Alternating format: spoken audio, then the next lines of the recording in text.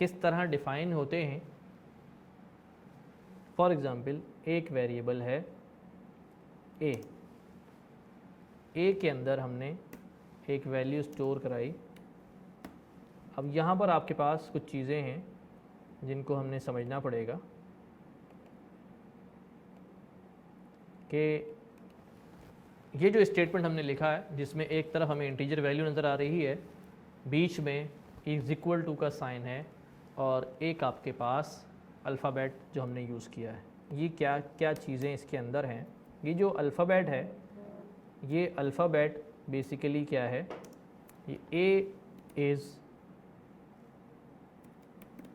Variable name, जिसको हम identifier भी कहते हैं, आइडेंटिफायर, राइट।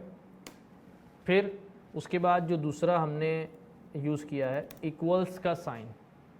ये प्रोग्रामिंग लैंग्वेज पाइथन के अंदर इक्वल्स नहीं कहलाता, इसका नाम है असाइन वेरिएबल, असाइनमेंट ऑपरेटर, कि ये एक वैल्यू किसी वेरिएबल को असाइन कर देता है, असाइनमेंट ऑपरेटर।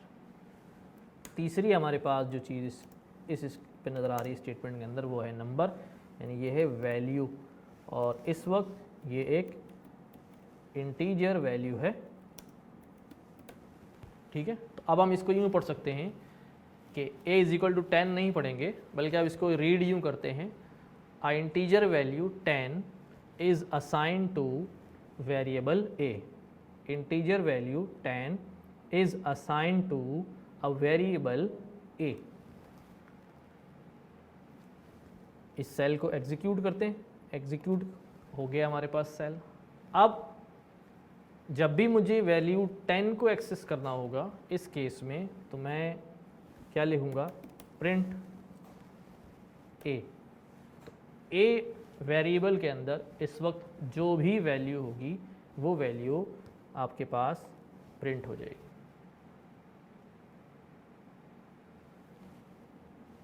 ये अभी हमने जो वैल्यू असाइन की है a वेरिएबल के अंदर, ये एक न्यूमेरिक वैल्यू है, नंबर वाली वैल्यू। अगर मैं इसी वेरिएबल के अंदर एक और वैल्यू डालूं 10.6, अब वो जो न्यूमेरिक वैल्यू थी, इंटीजर वैल्यू थी, अब हमारे पास एक नई वैल्यू उस ही वेरिएबल में सेव हो रही है। तो जब नई वैल्यू किसी वेरिएबल में सेव होगी तो पुरानी वैल्यू ख़त्म हो जाएगी। इसको हम टेक्निकली कहते हैं कि वेरिएबल के अंदर एक वैल्यू मौजूद थी, जब हमने नई वैल्यू उसको असाइन की तो ये पुरानी वैल्यू ओवरराइट हो गई, ओवरराइट हो गई। तो अब जब हम a को एक्सेस करेंगे तो ये a हमें नई वैल्यू रिटर्न करेगा, पुरानी वैल्यू ओवरराइट हो गई। यहाँ पर हम एक बात देख रहे हैं कि हमारा जो वेरिएबल a है वो हर तरह की वैल्यू अपने अंदर स्टोर कर ले रहा है। हमने इंटीजर वैल्यू भी a को दी, हमने फ्लोटिंग पॉइंट वैल्यू भी a को दी। इसका मतलब क्या हुआ, a की अपनी कोई टाइप नहीं है। हम बहुत सारी लैंग्वेजेस में डाटा टाइप्स वेरिएबल से पहले डिफाइन करते हैं, जैसा कि आपके पास होता है int a is equal to 12। इसका मतलब ये होता है कि अब a के अंदर 12 वैल्यू जाएगी, क्योंकि 12 एक इंटीजर वैल्यू।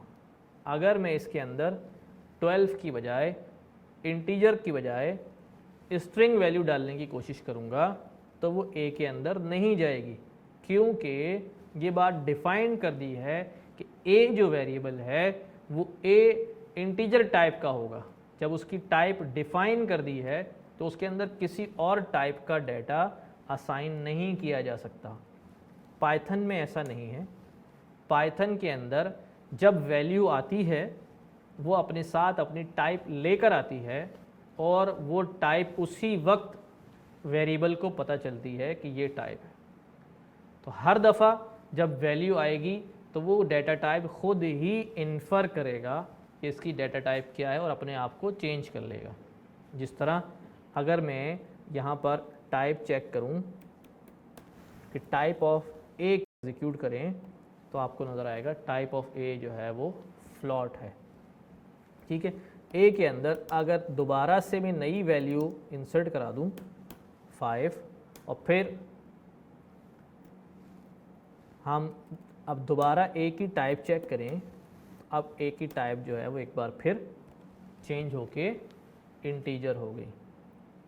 तो इससे ये पता चलता है कि पाइथन के अंदर डाटा टाइप्स जो है वो डिफ़ाइन नहीं करनी पड़ती, बल्कि जब डाटा आता है तो वेरिएबल खुद ही उसकी डाटा टाइप को इन्फर करता है और अपनी आपको जो है वो एडजस्ट कर लेता है। नेक्स्ट जो हम वेरिएबल असाइन करने वाले हैं वो वेरिएबल टाइप होगा स्ट्रिंग टाइप का।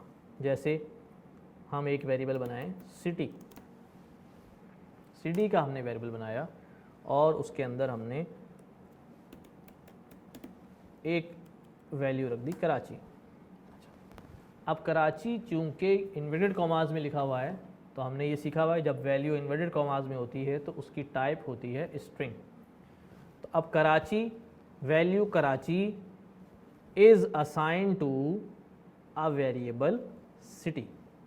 तो अब जब हम सिटी कॉल करेंगे इट विल शो कराची।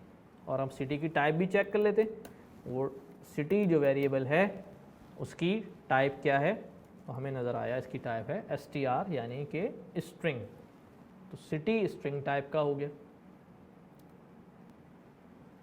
अगर सिटी के अंदर भी मैं कोई इंटीजर या फ्लोटिंग पॉइंट वैल्यू डाल दूं तो सिटी भी अपनी टाइप दोबारा क्या कर लेगा, मॉडिफाई कर लेगा। Like this set type city, अब सिटी की टाइप हो गई इंटीजर। तो अब हमें ये बात बिल्कुल क्लियर हो गई कि डाटा टाइप का मसला पाइथन के अंदर नहीं आता। जब भी हम वैल्यू डालेंगे वो वैल्यू अपनी टाइप खुद ही वेरिएबल को बता देगी और वेरिएबल जो है उसकी टाइप चेंज हो जाएगी। तो हमें पता चलेगा कि हमने वेरिएबल डिफ़ाइन किया इंटीजर टाइप का, हमने वेरिएबल डिफ़ाइन किया फ्लोटिंग पॉइंट टाइप का, हमने वेरिएबल डिफ़ाइन किया स्ट्रिंग टाइप का, और फिर हमने टाइप के ज़रिए उनकी टाइप भी चेक की। अब हम वेरिएबल्स के साथ मज़ीद काम कर सकते हैं कि हम फॉर एग्ज़ाम्पल एक वेरिएबल बनाते हैं नेम का, ठीक है, या इसको स्टूडेंट नेम कह लें। स्टूडेंट नेम हमने कहा भाई ये हमने नाम रख दिया स्टूडेंट का। फिर हमने कहा जी फादर नेम, हमने एक वेरिएबल बनाया फादर नेम का, ठीक है, हमने वहाँ पर एक वैल्यू डाल दी, ठीक है। अब क्या हो सकता है कि दो वेरिएबल डिफाइन है। अब मैं ये कर सकता हूँ कि प्रिंट के अंदर मैं स्टूडेंट टैब प्रेस करूँ तो ये फुल आ जाएगा student name, plus tab press करने से जब हमने इसको प्लस किया तो ये प्लस का ऑपरेटर, यहाँ पर वो नंबर्स वाला प्लस नहीं है, यहाँ जब स्ट्रिंग होंगे तो ये प्लस का ऑपरेटर कॉन्केटिनेशन का काम करेगा, आपस में ज्वाइनिंग का काम करेगा। इसने इन दोनों स्ट्रिंग्स को जो इन वेरिएबल्स में रखे हुए थे आपस में ज्वाइन कर दिया। इसी तरह मैंने एक वेरिएबल बनाया num1, इसके अंदर मैंने रखी 100। एक और वेरिएबल बनाया num2, इसके अंदर वैल्यू रखी 200। अब फाइनली मैं क्या कर सकता हूँ, मैं ये कर सकता हूँ कि इन दोनों को सम कराकर मैंने किया num1 प्लस num2। तो num1 में जो वैल्यू होगी और num2 में जो वैल्यू होगी वो एक्सेस होगी और वो प्लस होंगे। प्लस होने के बाद ये नए वेरिएबल सम को असाइन हो जाएंगे। तो अब अगर मैं यहाँ पर प्रिंट करूँ प्रिंट सम, तो गैस करें क्या आंसर आएगा। ज़ाहिर है 100 और 200 प्लस हो जाएंगे, प्लस होने के बाद आपके पास आंसर जो है वो 300 आ जाएगा। तो जो वेरिएबल्स हैं वो आपस में ऐड भी हो रहे हैं और इसी तरह सब्ट्रैक्ट और सारी चीज़ें होंगी। जब हम ऑपरेटर पढ़ेंगे तो वहाँ और डिटेल में इस चीज़ को पढ़ेंगे। अभी हमने ये सीखा